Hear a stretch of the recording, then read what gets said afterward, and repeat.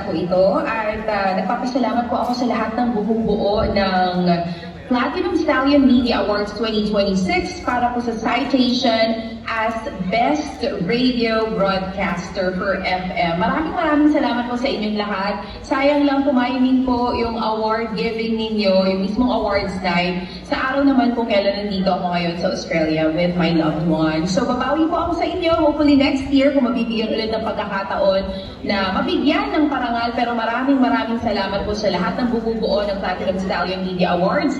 Inaalay ko po itong award na ito sa lahat ng mga kasamahan ko po sa 105.9 True FM. Sila po ang dahilan kung bakit kami rin po ni Manong Ted ay nagsisipag araw-araw sa aming pagtatrabaho.